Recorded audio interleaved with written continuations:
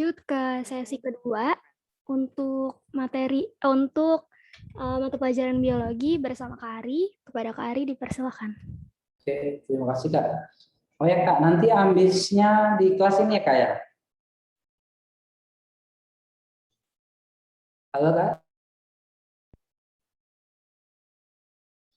Oke, bismillahirrahmanirrahim. Assalamualaikum warahmatullahi wabarakatuh. Waalaikumsalam warahmatullahi wabarakatuh. Suara Kakak jelas? Jelas, Kak. Jelas ya. Oke, gimana kabar adik-adik sekolah med semua? Sehat? Sehat ya?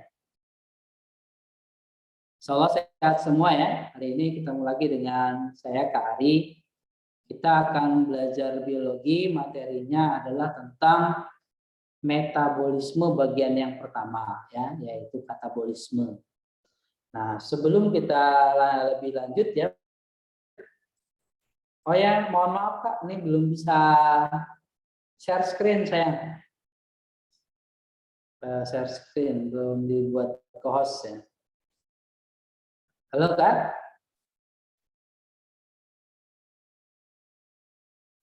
Halo?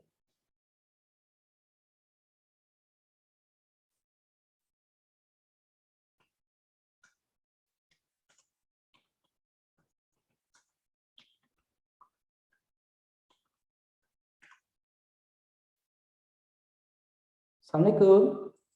Mana tadi kakaknya? Hostnya mana nih?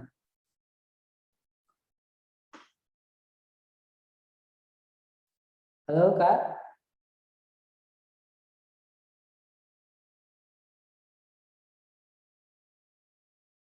Halo? Saya belum bisa share screen Kak.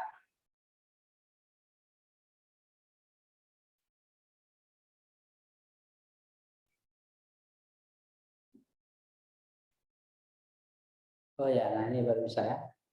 Sip, terima kasih.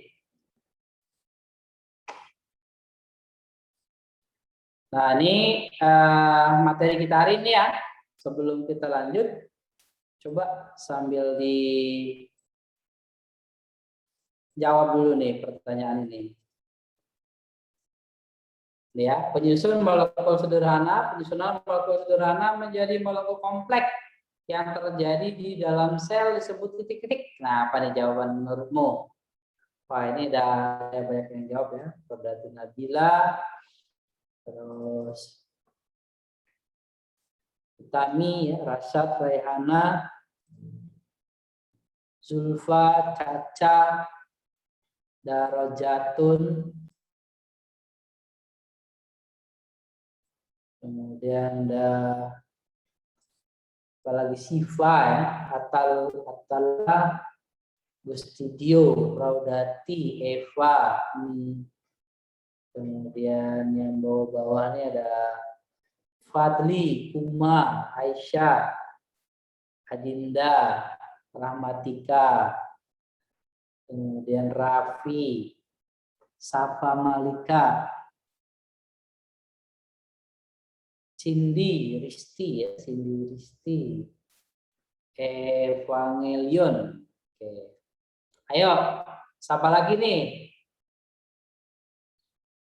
Masih ada? Kalau nggak ada kita lanjut. Coba sekarang yang kedua nih, nomor 2. Komponen enzim yang bukan berupa protein. Kelompok apa namanya? Rasyad nih, Rasyad berjawab. Ammar, ya. Gustidio Faiz, Rahmatika. Nah, ragu ya. Ya, nanti nggak ragu lagi ya setelah kita belajar insyaallah.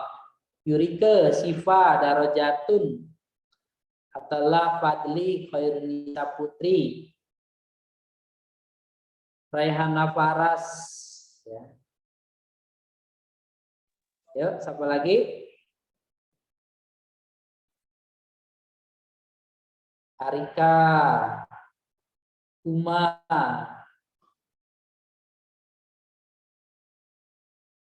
Kuma masuknya nggak lewat sekolah ya. Namanya cuma Kuma aja, Khairun Nisa. Sudah? Masih ada yang menambahkan?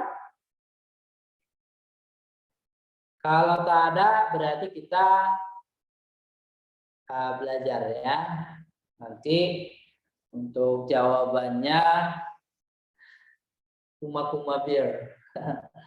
Oke, nah untuk jawabannya kalian kan ketemu saat kita bahas soal apa materi ini ya.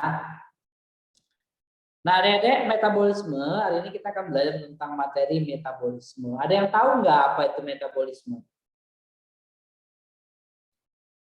Ada nggak yang tahu? Di sekolah udah belajar belum materi ini? Udah, Belum. Kak. Tapi lagi belajar. Lagi belajar ya. Iya, Kak. Nah, ada yang sudah tahu apa itu yang dimaksud dengan metabolisme? Proses kimia yang terjadi di dalam tubuh, Kak. Proses kimia yang terjadi di dalam tubuh. Ya, oke. Betul, salah satunya ya. Nah, jadi metabolisme adalah seluruh reaksi kimia yang terjadi di dalam sel makhluk hidup ya, atau di dalam tubuh makhluk hidup. Nah, itu namanya metabolisme. Layaknya reaksi kimia yang terjadi di luar makhluk hidup ya, misalnya reaksi kimia di lab, di alam, itu ada dua reaksi kimia, yaitu reaksi pembentukan dan reaksi pemecahan atau penguraian. Kayak sebenarnya kimia itu belajarnya itu ya, reaksi pembentukan, pemecahan, itu aja. Cuman nanti ada banyak embel-embelnya, entalpinya misalnya. Hasil reaksinya misalnya kan pemecahan. Nanti energi yang dihasilkan berapa, kan gitu-gitu ya. Nah, di dalam tubuh makhluk hidup juga sama. Jadi metabolisme dalam tubuh makhluk hidup atau reaksi kimia dalam tubuh makhluk hidup itu ada dua, yaitu pembentukan dan pemecahan.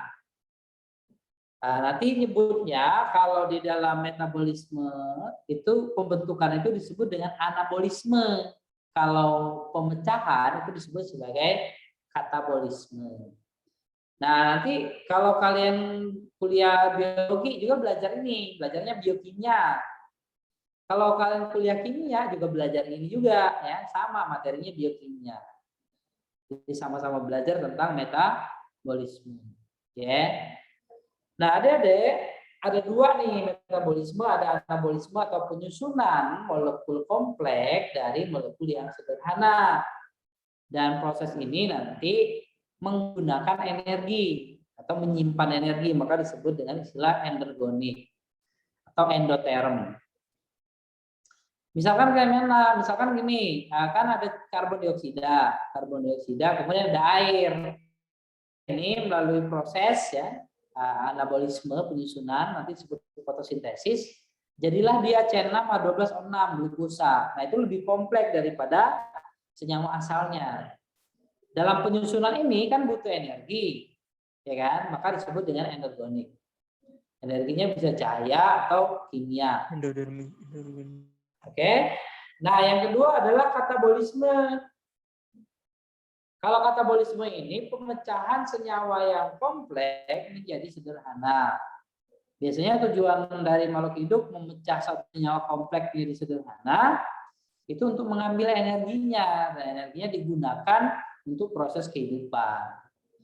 Ya, kenapa? Karena pemecahan molekul ya dari kompleks menjadi sederhana itu nanti akan melepaskan energi. Maka disebut dengan istilah reaksi eksergonik atau eksoterm. Ya. Nah, reaksi kimia kalau belajar kimia juga sama kan? Kalau pembentukan nanti membutuhkan berapa energi. Kalau penguraian butuh berapa energi? Ya, nanti entalpi ya, selisihnya gitu ya. Nah, itu ada ya, anabolisme dan katabolisme. Bisa dipahami sampai di sini? Paham, Kak. Oke. Kak, mau tanya modul halaman berapa? Awak Kak juga lupa deh halaman berapa. Dicari di ini. di tentang biologi sel ya, biologi sel nanti di situ ada metabolisme. Nah, reaksi kimia itu nanti butuh yang namanya katalis atau zat atau senyawa yang mempercepat reaksi tetapi tidak ikut bereaksi baik yang anabolis maupun katabolisme. Namanya katalisator ya. Kalau di makhluk hidup disebut biokatalisator, namanya enzim. Jadi yang mempercepat reaksi kimia di dalam tubuh makhluk hidup namanya biokatalisator, disebut juga dengan nama enzim. Oke ya. Kita lanjut. Nah, ini rangkuman saja sebenarnya. Jadi dalam baik pembentukan maupun penguraian itu ada aliran energi. Ada siklus energi di situ ya. Nah, misalnya gini, di dalam anabolisme itu menggunakan energi ya dengan bahan CO2 dan H2O. Nanti menghasilkan molekul organik misalnya C6H12O6. Itu menggunakan energi ya dari alam, misalnya energi cahaya. Kemudian molekul energi ini molekul organik ini dipecah menggunakan oksigen ya kan? Di dalam mitokondria. Nah, ini salah satunya ya, bisa juga bukan di mitokondria, misalnya yang anaerob. Prosesnya namanya katabolisme ya atau respirasi. Nanti melepaskan energi dan energi itu juga pada akhirnya akan dilepaskan ke alam ya kan dalam bentuk energi panas. Dan begitu seterusnya ya. Jadi aliran energi itu begitu. Kalau hukum kekekalan energi, energi itu tidak dapat diciptakan dan tidak dapat dimusnahkan, tapi bisa berubah dari satu bentuk ke bentuk yang lain. Oke? Nah, sekarang kita ke enzim. Apa itu enzim? Enzim tadi ya disebut sebagai biokatalisator, yaitu senyawa yang mempercepat reaksi kimia di dalam tubuh makhluk hidup. Ya. Dan biokatalis itu sifatnya tidak ikut bereaksi, dia hanya mempercepat. Dengan cara apa? Dengan cara menurunkan energi aktivasi. Gitu. Nah, enzim ya kemudian tersusun dari bagian-bagian. Yang pertama namanya apoenzim. Apoenzim adalah komponen protein. Ya. Komponen protein namanya apoenzim. Nah, penyusun yang kedua dari enzim ya, namanya komponen non protein, disebut kofaktor. Ya, jadi kalau ditanya struktur holoenzim itu enzim yang aktif ya, yaitu ada dua, ada struktur protein namanya apoenzim dan non protein namanya kofaktor. Jadi terjawab sudah ya pertanyaan yang tadi, jawabannya adalah kofaktor. Gitu. Nah, kofaktor nanti ada dua macam, ada kofaktor organik dan anorganik. Yang organik apa? Disebut koenzim. Kalau anorganik disebut dengan gugus prostetik. Nah, ini tadi ya grafik yang menjelaskan bahwa enzim itu mempercepat reaksi ya dengan menurunkan energi aktivasi. Kalau energi aktivasi ya, jadi mengawali reaksi kimia itu kan butuh energi ya. Namanya energi aktivasi. Kalau tanpa enzim energi aktivasinya itu tinggi ya kan. Kalau dengan enzim energi yang dipakai itu hanya setengah. Sehingga nanti proses reaksinya lebih cepat. Gitu ya. Nah, ini fungsi dari enzim, mempercepat reaksi dengan cara menurunkan energi aktivasi. Struktur enzim tadi ya, nah, enzim itu ada apoenzim ditambah koenzim atau kofaktor ya. Oke. Kalau apoenzim ditambah kofaktor namanya holoenzim. Nah, holoenzim adalah enzim yang aktif atau utuh. Oke. Itu. Ada yang mau ditanya? Lanjut sifat enzim? Lanjut, Kak. Jelas? Jelas, Kak. Jelas. Oke. Lanjut ya. Caca. Caca Bali apa yang dari Sulawesi? Kalau dari Bali kan caca. Kalau dari Sulawesi caca marica ya. Oke nih, sifat enzim. Enzim itu biokatalisator ya, yang tadi udah dijelaskan, spesifik. Jadi tempat kerja substratnya itu atau zat yang dikatalis itu spesifik. Misalnya kalau protein, dalam reaksi protein ya enzimnya enzim yang mengkatalis protein, namanya proteinase ya. Kalau amilum ya amilase, kalau lemak ya lipase gitu ya. Jadi spesifik substratnya. Berikutnya berupa koloid. Koloid itu molekul protein ya. Jadi dia merupakan molekul protein, dapat bereaksi dengan asam maupun basa. Jadi tidak milih asam, tidak milih basa, cuman ya nanti proteinnya itu enzimnya itu beda nih. Untuk enzim yang asam beda, untuk yang basa beda.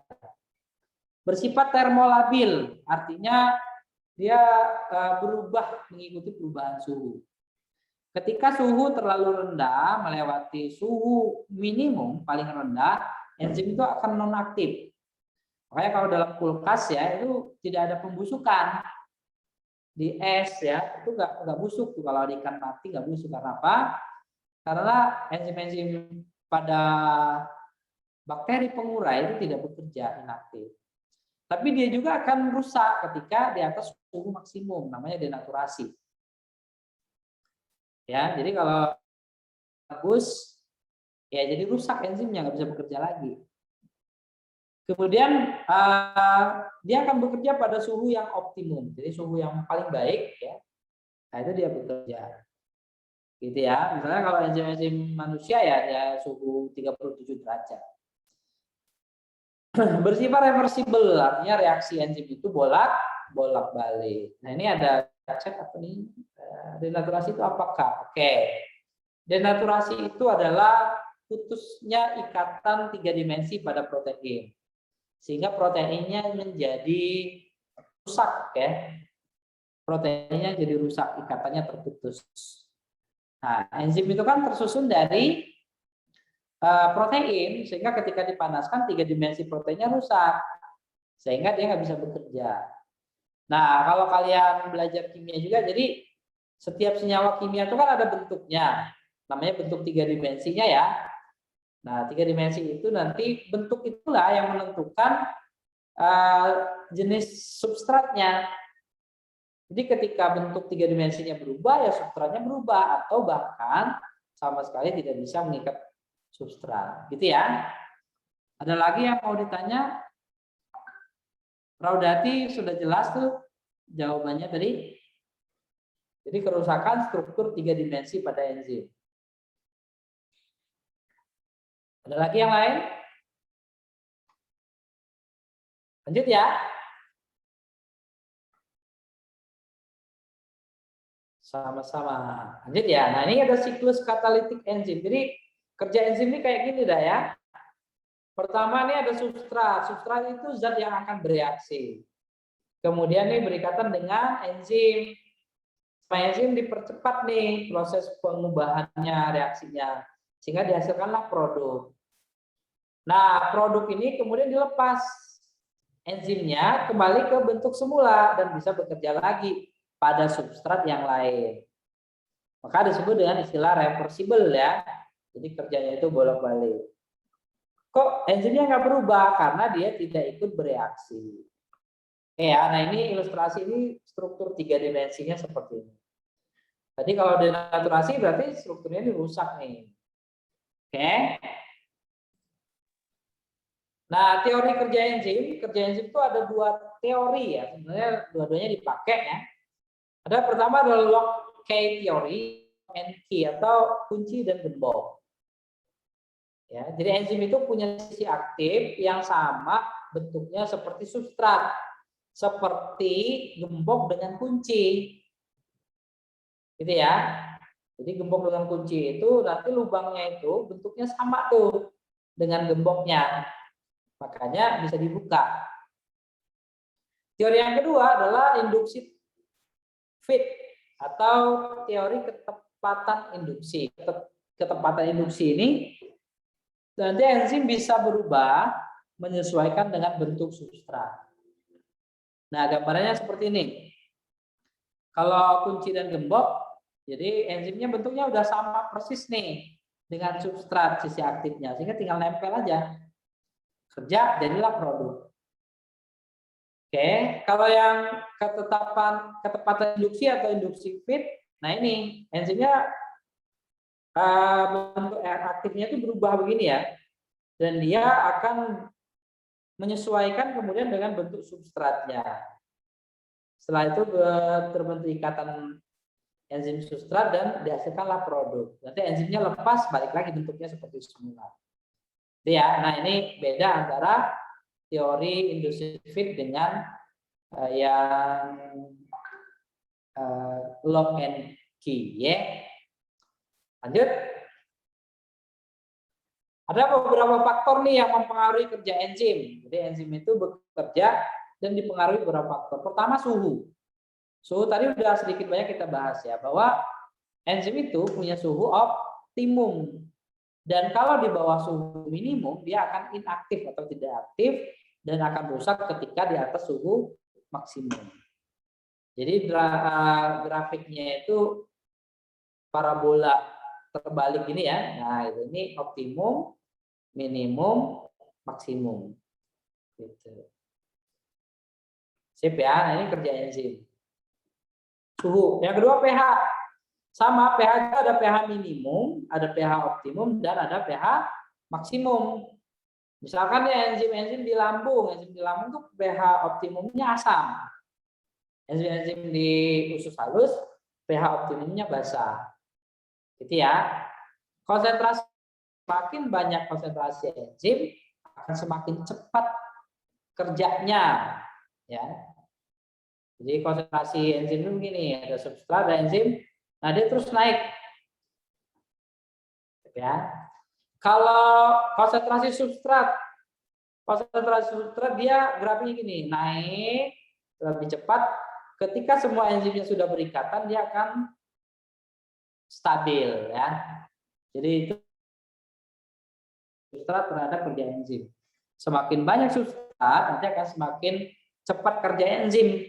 Tapi pada suatu ketika saat enzimnya sudah jenuh, ya, dia akan tetap, ya, atau konstan. Penggiat kerja enzim atau disebut aktivator. Jadi kalau ada aktivator, enzimnya akan semakin cepat bekerja. Penghambat atau inhibitor, ya, penghambat kerja enzim itu ada dua, ada tiga. Sorry, sebenarnya ini digabung sih ya, umpan balik sama non kompetitif. Gitu. Kalau yang pertama adalah kompetitif, ya. Kemudian ada non kompetitif dan umpan balik. Jadi enzim itu nanti ada yang menghambat kerjanya, sehingga kerja enzimnya tidak maksimal, ya kan? Atau ada penghambatan dengan sengaja untuk mengontrol. Nah, misalnya gini, ini namanya inhibitor kompetitif. Nah, kompetitif disebut kompetitif karena penghambatnya itu bentuknya sama dengan bentuk substrat, sehingga bisa berikatan dengan sisi aktif. Kalau dilihat ya, yang hijau itu penghambat atau inhibitor. Nah, ketika ada penghambat itu, maka sisi aktif enzim banyak yang terisi oleh inhibitor, akibatnya tidak bisa berikatan dengan substrat. Itu namanya inhibitor kompetitif. Oke. Kalau yang non kompetitif, penghambatnya itu bentuknya berbeda dengan substrat, tapi dia bisa berikatan pada daerah lain di enzim, namanya sisi allosterik. Ketika penghambat ini berikatan, menyebabkan sisi aktif enzimnya berubah. Jadi ini jadi berubah bentuknya ya, ketika inhibitornya berikatan pada sisi lain di enzim. Akibatnya tidak sesuai lagi nih dengan substratnya. Ini namanya inhibitor non kompetitif. Jadi dia tidak bersaing memperebutkan sisi aktif, tapi dia merusak sisi aktif.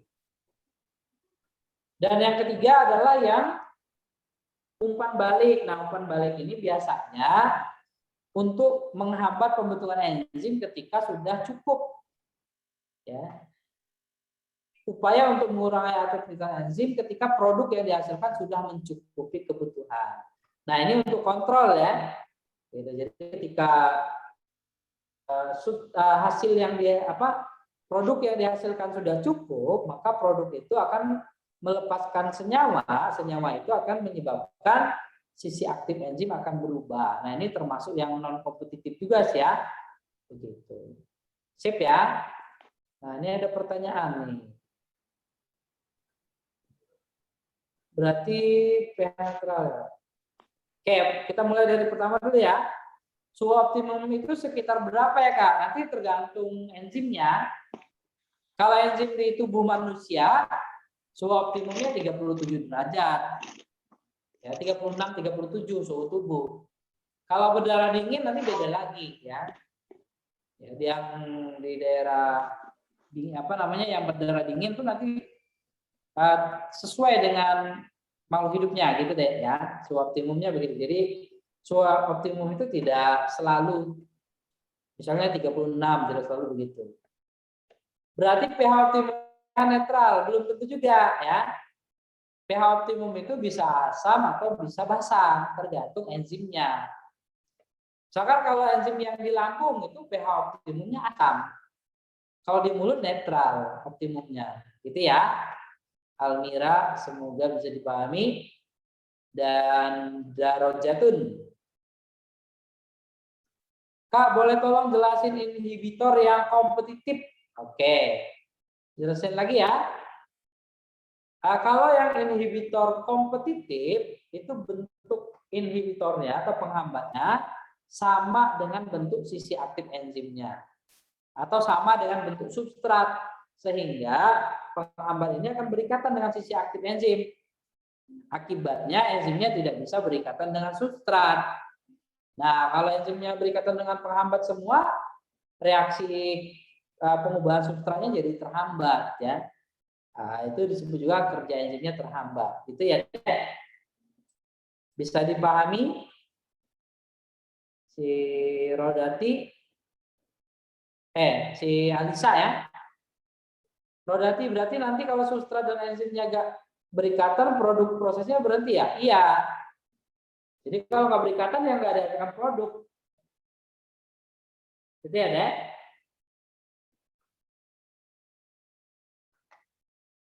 Oke. Kak, kalau enzim berikatan sama inhibitor, enzimnya akan rusak. Ya, enzimnya tidak rusak, ya, tapi dia tidak bisa bekerja. Ya, jadi kalau rusak sih enggak, cuman dia nggak bisa bekerja. Gitu ya. Oke, nah kita lanjut lagi ya. Nah, ini inhibitor. Oke, itu tadi tentang enzim. Nah, sekarang kita ke katabolisme. Jadi kalau kita kilas balik sedikit, katabolisme adalah pemecahan senyawa kompleks menjadi senyawa sederhana. Ya. Dan itu dalam proses yang melepaskan energi. Dalam proses ini, contohnya, contoh katabolisme itu banyak. Misalnya gini, di dalam pencernaan kita itu ada pemecahan amilum menjadi glukosa. Itu termasuk katabolisme. Ya. Tapi itu tidak tingkat sel, di luar sel. Nah, kalau di tingkat sel apa? Tingkat sel namanya disebut respirasi. Ya. Respirasi itu ada respirasi aerob dan ada respirasi anaerob. Kalau respirasi yang menggunakan oksigen, kalau yang anaerob itu tidak menggunakan oksigen. Ya. Jadi itu respirasi. Tujuannya adalah untuk mengambil energi karena proses katabolisme dalam pemecahan ini menghasilkan energi. Energi itu nanti diambil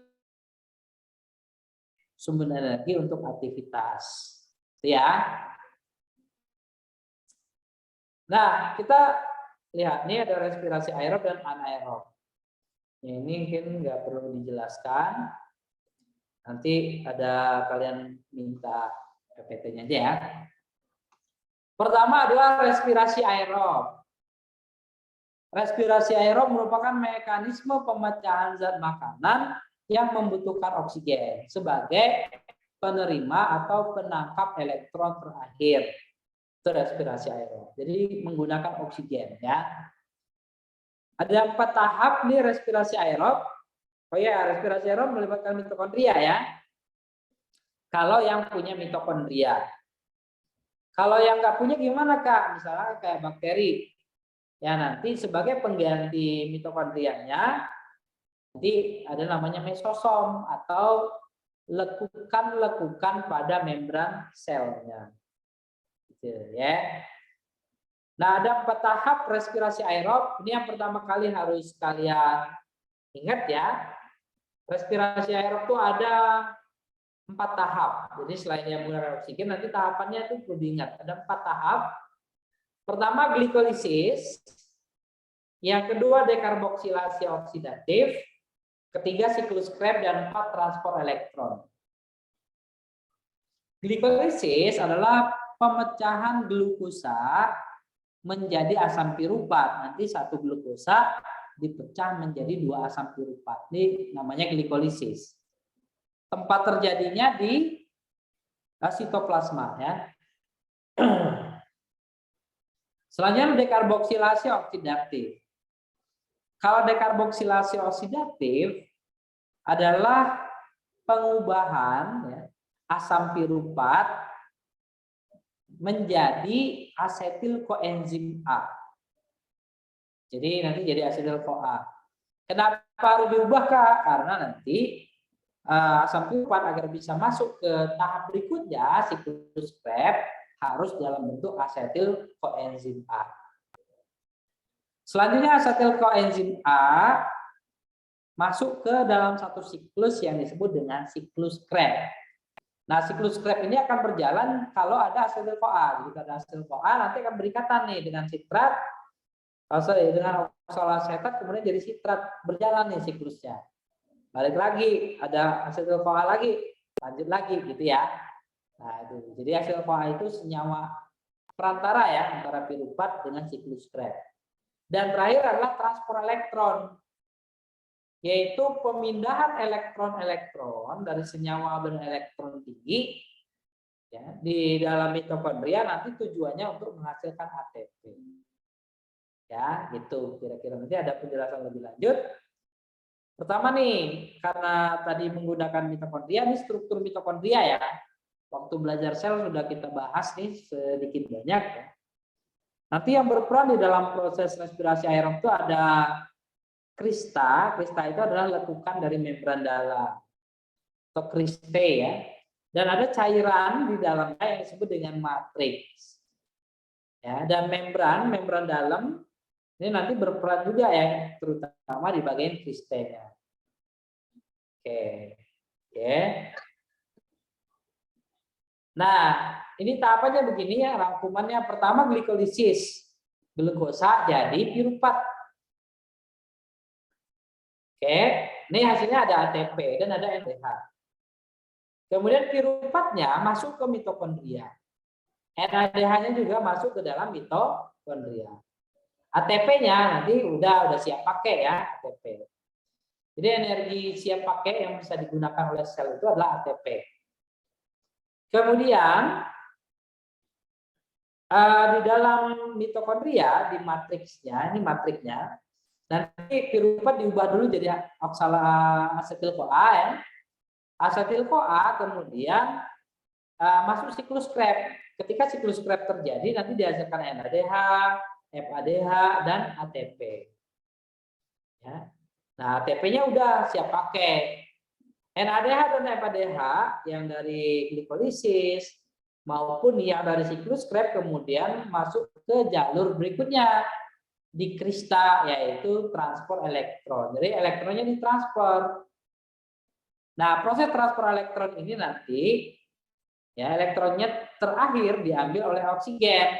Maka oksigen disebut sebagai aseptor elektron terakhir dan hasil akhirnya adalah ATP dan air. Ya. Nah, untuk lebih lengkap nih rangkumannya ya. Sebelum kita umum dulu ya, nanti kita akan bahas satu-satu. Respirasi aerob itu ada 4 tahap glikolisis, tempatnya di sitosol. Ya, zat yang digunakan atau substratnya adalah glukosa. Zat antaranya, ini hasil aja sebut sebagai hasil nih. Hasilnya itu ada zat antara sama ATP, 2 piruvat, 2 NADH, 2 H2O dan 2 ATP. Nah, itu hasil dari glikolisis. Gitu juga dengan dekarboksilasi oksidatif, tempatnya matrik mitokondria. Ya, substratnya piruvat. Hasilnya apa? Asetil CoA, NADH sama CO2. Untuk satu glukosa itu ada dua ya. Ya, itu untuk jadi nanti ada 2 piruvat, 2 NADH, 2 H2O. Kemudian 2 asetil CoA ini ketinggalan tulis 2-nya. 2 NADH dan 2 CO2. Siklus Krebs. Nah, siklus Krebs nanti asetil CoA tadi masuk ke siklus Krebs. Nanti menghasilkan 6 NADH, 2 FADH2, 4 CO2 dan 2 ATP. Dan tahap yang terakhir nanti NADH, FADH yang dihasilkan pada tahap sebelumnya diubah ya transport elektron pada kristal mitokondria. Hasil akhirnya nanti 12 H2O dan 30 ATP. Sehingga dari satu glukosa yang mengalami respirasi aerob total dihasilkan 38 ATP. Gitu ya. Nah, ini rangkumannya secara umum. Sebelum kita lanjut, ada yang mau ditanya? Silakan. Ada? Belum? Ya, silakan. Jadi respirasi aerob itu tahapnya nyambung dari 1 sampai 4. Iya, tahapnya nyambung dari 1 sampai 4. Pasti, Kak. Nah, jadi glikolisis, habis glikolisis, dekarboksilasi oksidatif. Setelah itu siklus Krebs, setelah siklus Krebs transport elektron. Udah selesai. Hasilnya nanti 38 ATP. Kemudian 6 CO2, 12 H2O. Ya. Paham ya? Ada lagi? Kalau ini chat ya, chat. Cara ngitung ATP-nya gimana, Kak? Nah, nanti ngitung ATP-nya gimana? Nanti kita akan lihat di terakhir-terakhir nanti ada ya. Mohon bersabar didengarkan dulu. Oke, kalau ngitung ATP-nya nanti ada. Glukosa menjadi 2 asam piruvat. Ini tahapan secara umumnya seperti ini. Ada tahapan di mana dia menggunakan ATP ya ketika glukosa diubah menjadi 2 PGAL ya atau PGAL dan DHAP. Kemudian tahapan berikutnya nanti dihasilkan 4 ATP. Sehingga total hasil bersih glikolisis 2 ATP ya. Dan nanti ini ada 2 NADH2 dan 2 asam piruvat. Jadi satu glukosa jadi 2 asam piruvat menghasilkan 2 ATP bersih karena udah dikurang 2 yang dipakai di awal dan 2 NADH. Oke ya. Tahapan lebih detailnya gini, pertama glukosa. Glukosa nanti akan diubah menjadi glukosa 6 fosfat menggunakan ATP, 1 ATP. Kemudian glukosa 6 fosfatnya nanti menggunakan air ya, pakai fosfoglukoisomerase, jadi fruktosa 6 fosfat. Fruktosa 6 fosfat kemudian menggunakan ATP lagi, jadi fruktosa 1,6 bifosfat.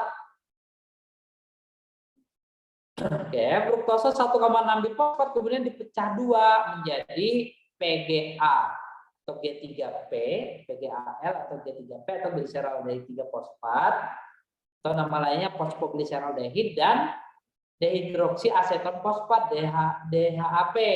Nah, ini sebenarnya senyawanya setara karena nanti G3P bisa berubah menjadi DHP, DHAP juga bisa menjadi G3P.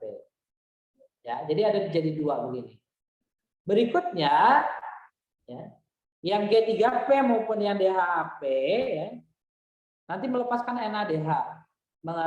kemudian jadi apa? Jadi 1,3 BPGA atau bifosfogliserat. Ini ya. Terus BPGA melepaskan ATP jadi fosfogliserat. Nih, dua ATP dihasilkan ya. Di awal tadi dipakai 2 dan ini dihasilkan 2 impas. Oke. Lanjut. Berikutnya fosfogliserat nanti pakai air lagi ya, pakai fosfogliseromutase jadi fosfogliserat. Oke, nah fosfogliserat ini 2 fosfogliserat tadinya 3 ya. 2 fosfogliserat kemudian melepaskan menggunakan air, melepaskan air ya, menghasilkan air nanti jadi fosfoenol piruvat. Oke, fosfoenol piruvat melepaskan ATP 2 lagi ya, sehingga jadi 2 asam piruvat. Maka hasil airnya bersih, 2 NADH, 2 ATP dan 2 asam piruvat. Itu tahapannya gitu ya. Nah, setelah jadi asam piruvatnya kemudian masuk ke dalam mitokondria. Di dalam mitokondria kemudian di matrik ya, piruvat tadi diubah menjadi asetil-CoA. Kenapa harus diubah? Karena untuk masuk ke siklus Krebs, piruvat itu harus diubah menjadi asetil-CoA. Ya, gitu. Nah, ini ya dalam namanya dekarboksilasi oksidatif dihasilkan 2 asetil-CoA, 2 karbon dioksida dan 2 NADH.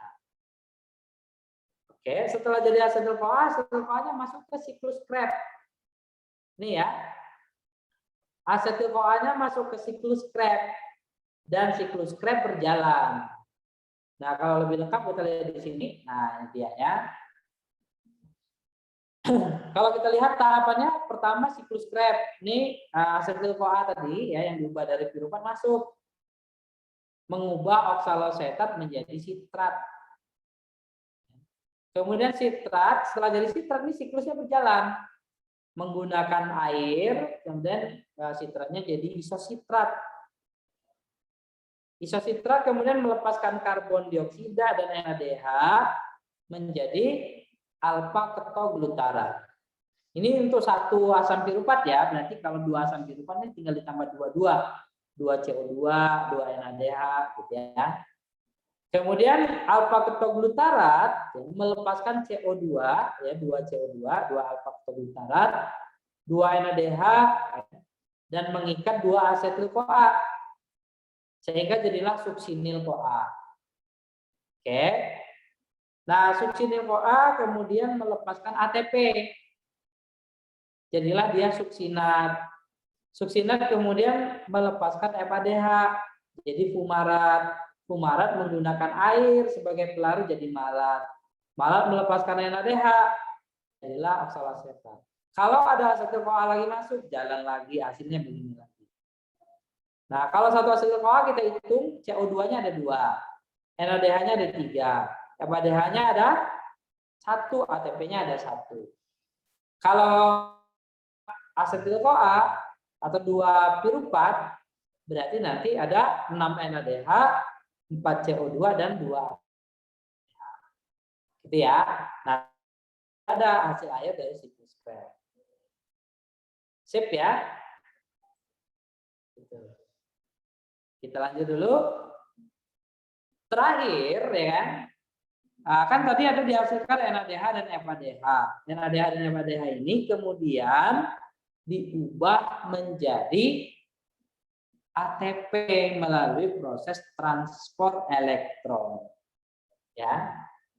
Nah, tadi ada pertanyaan, gimana pengubahan NADH jadi ATP? Nah, kita lihat ya, ini pertama. Jadi pada bagian krista, krista tadi ya, NADH ini nanti H plus-nya dari NADH itu ditransfer ke ruang antar membran. Jadi kan membran mitokondria itu ada 2. Krista, kemudian membran luar. Nah, di antara keduanya ada ruang. Elektron atau H plusnya ditransfer ke sana nih. Ketika ditransfer nanti melepas elektron ya kan.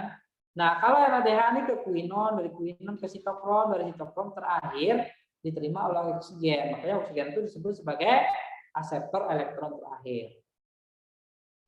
Nah, untuk NADH ada 3 kali nih H plusnya ditransfer ya. FADH ya, FADH ini H plusnya ditransfer 2 kali. Gitu.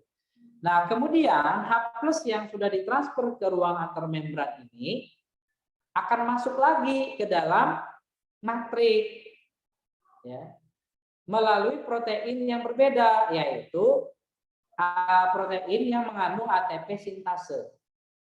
Setiap H plus itu lewat dihasilkan 1 ATP. Gitu ya. Sehingga kalau NADH, satu NADH itu ada berapa H plus? 3 H plus. Berarti satu NADH asumsinya ada 3 H plus, berarti menghasilkan 3 ATP. Untuk satu NADH menghasilkan 3 ATP.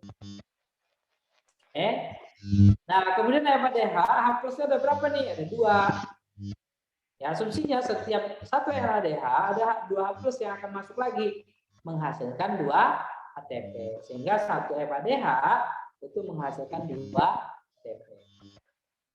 Sip ya. Nah, nanti kalau kita hitung, ya, NADH-nya ada berapa? NADH yang berasal dari glikolisis ada 2. Ya, berarti 2 yang dari glikolisis NADH. Kemudian yang dari dekarboksilasi oksidatif ada berapa NADH? Ada 2. Dari siklus Krebs ada berapa? Ada 6. Berarti totalnya 10. Ya. Nah, kalau kita hitung nih, ada berapa ATP yang dihasilkan? Ada 30 ATP karena satu NADH 3 ATP. Kalau FADH ada berapa? FADH itu ada 2 ya. Hasil dari siklus Krebs berarti 2 FADH. 2 FADH dikali berapa? 1 FADH. Maka nanti hasil transfer elektron adalah 30. Nah, kalau di total semua berapa, Kak? Kalau di total semua dari transfer elektron ada 34. Ya kan? Dari glikolisis berapa? 2 ATP ya. Dari siklus Krebs ada berapa ATP? 2 ATP. Totalnya berapa? 38. Jadi ya, untuk respirasi aerob 1 glukosa hasil akhirnya adalah 8 ATP. H2O-nya berapa? 1 NADH, 1 FADH menghasilkan 1 H2O. NADH-nya ada 10 H2O. FADH-nya ada 2 H2O. Berarti ada 12 H2O. CO2-nya berapa? CO2-nya tadi kita lihat di siklus Krebs. Di siklus Krebs CO2-nya ada 4.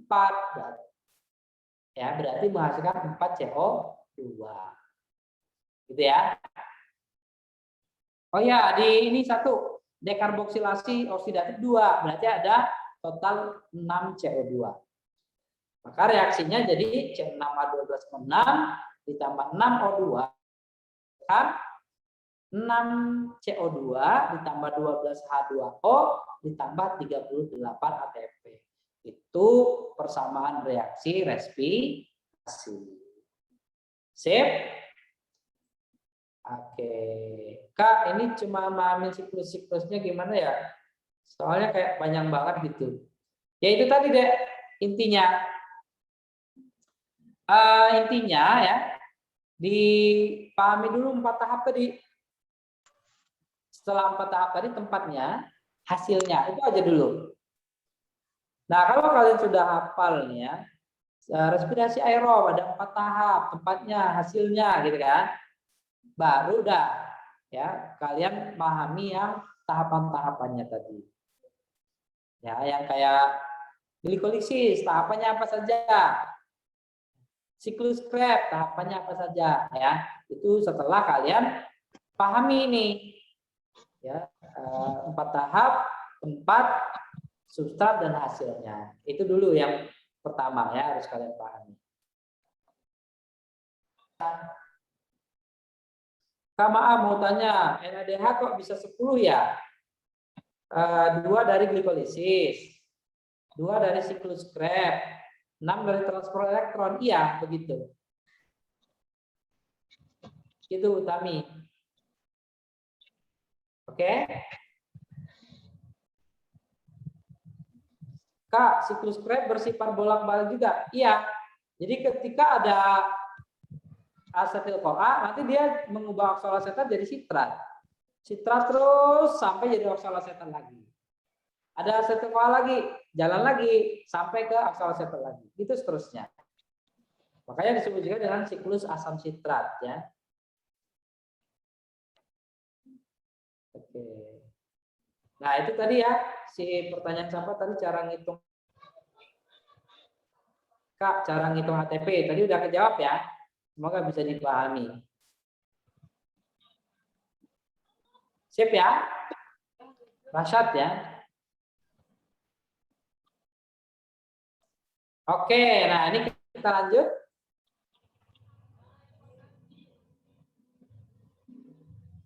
Oke, transport elektron ini nggak usah ya, nggak usah di intinya aja. Jadi glikolisis tadi ya, 2 ATP, siklus Krebs 2 ATP dan transport elektron ini 34 ya. Kita pakai yang 34 dulu. Sebenarnya ada juga yang 32 ya. 32 juga ada, tapi nanti ya untuk pendalaman. Saat ini yang 34 dulu. Jadi nanti 2 ATP di glikolisis, 2 di siklus Krebs dan 34 di transport elektron. Oke.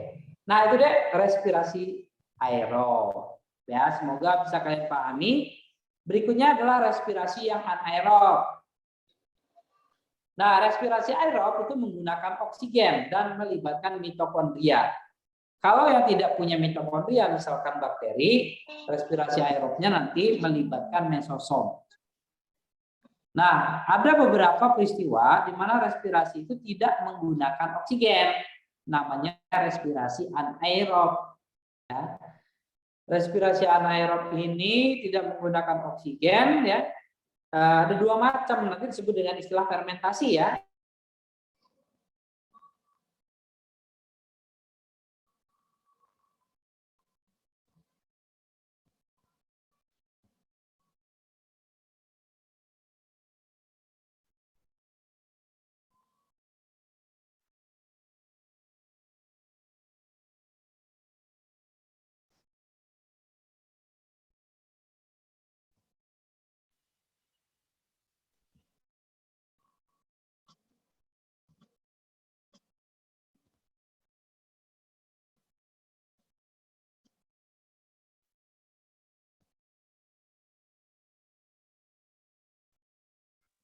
Tes.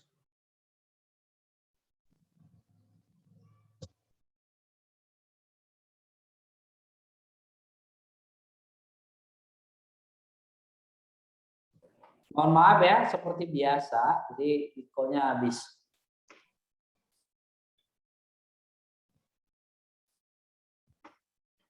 Oke, kita lanjut ya. Jadi tadi balik lagi respirasi itu ada aerob sama anaerob. Kalau di laktat itu terjadi di otot ketika otot kekurangan oksigen. Seharusnya respirasinya aerob. Kemudian ada fermentasi alkohol. Fermentasi alkohol itu nanti terjadi pada sel-sel ragi atau Saccharomyces ya. Nah, sel-sel ragi ini mengalami respirasi anaerob karena dia memang organisme yang anaerob. Nah, kita lihat nih. Ini pertama adalah fermentasi alkohol. Fermentasi alkohol ya, adalah fermentasi atau respirasi anaerob yang hasil akhirnya adalah etanol atau alkohol. Kalau kita lihat di sini hasil akhirnya adalah etanol ya. Nah, ini terjadi pada sel-sel ragi. Apanya ini sama? Pertama adalah glikolisis. Jadi kalau fermentasi itu pasti diawali dengan glikolisis. Glikolisis sama ya, seperti di awal tadi, menghasilkan 2 ATP, 2 NADH, nah dan 2 asam piruvat. Oke, nah pada ini sel ragi nanti asam piruvatnya akan mendekarboksilasi, melepaskan karbon dioksida. Ya, namanya dekarboksilasi, menghasilkan asetaldehid. Asetaldehid kemudian direduksi oleh NADH, ini ada 2 NADH, ini mereduksi 2 asetaldehid jadi 2 etanol. Nah, ini fermentasi alkohol. Hasil akhirnya adalah 2 ATP, 2 CO2 dan 2 etanol. Oke ya, terjadi pada ragi. Yang kedua adalah fermentasi asam laktat.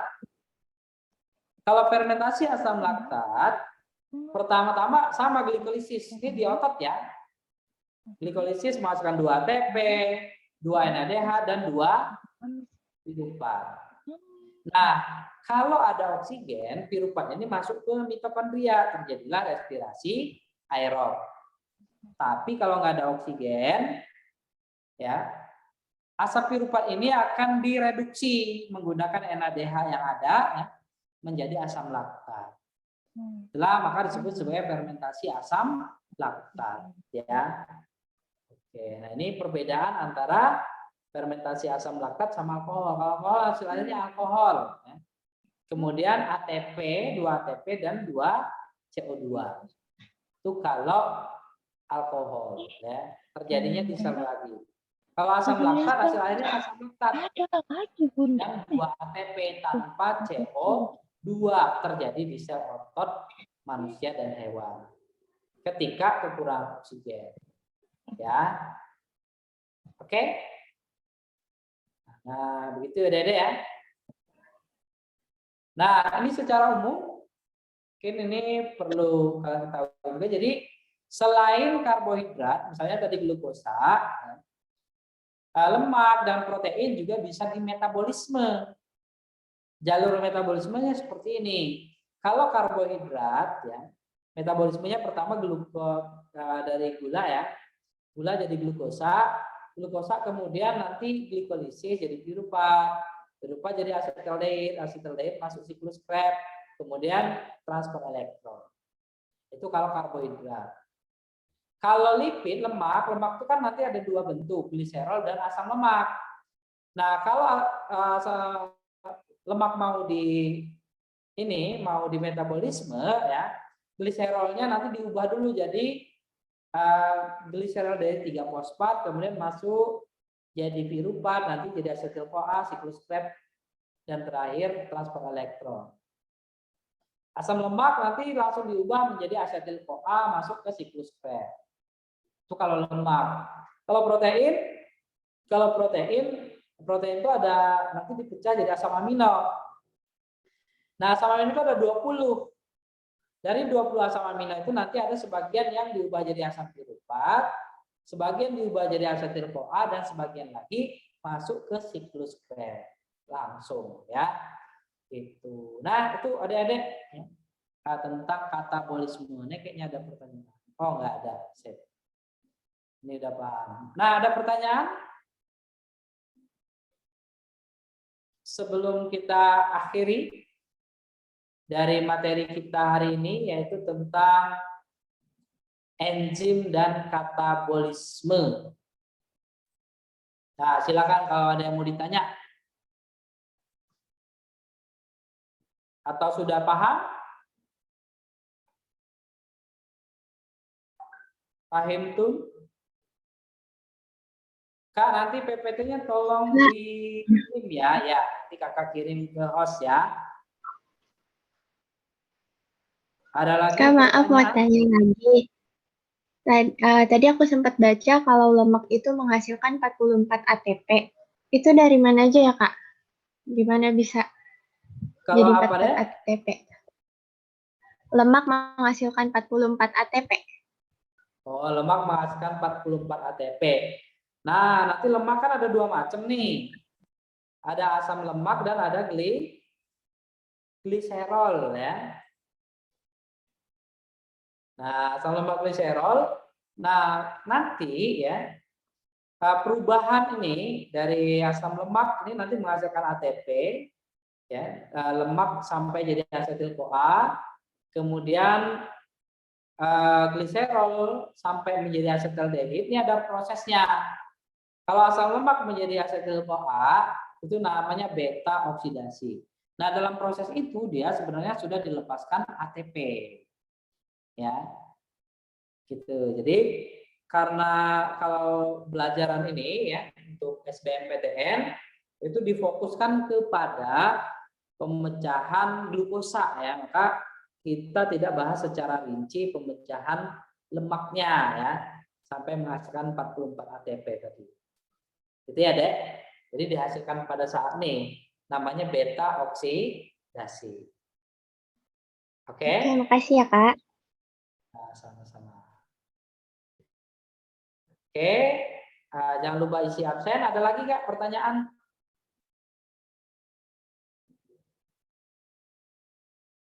Belum? Oh ya Kak, ini nanti ambisnya kelas ini juga ya Kak?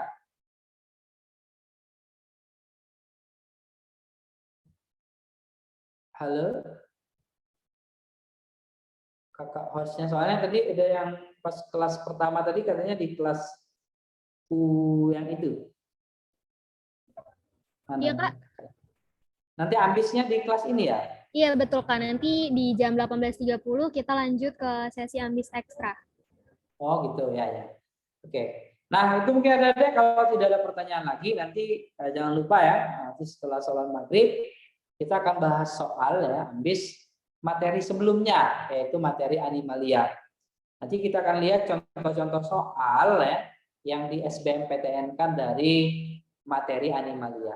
Gitu saja adik-adik ya. Terima kasih atas perhatiannya, semoga bermanfaat bagi adik-adik.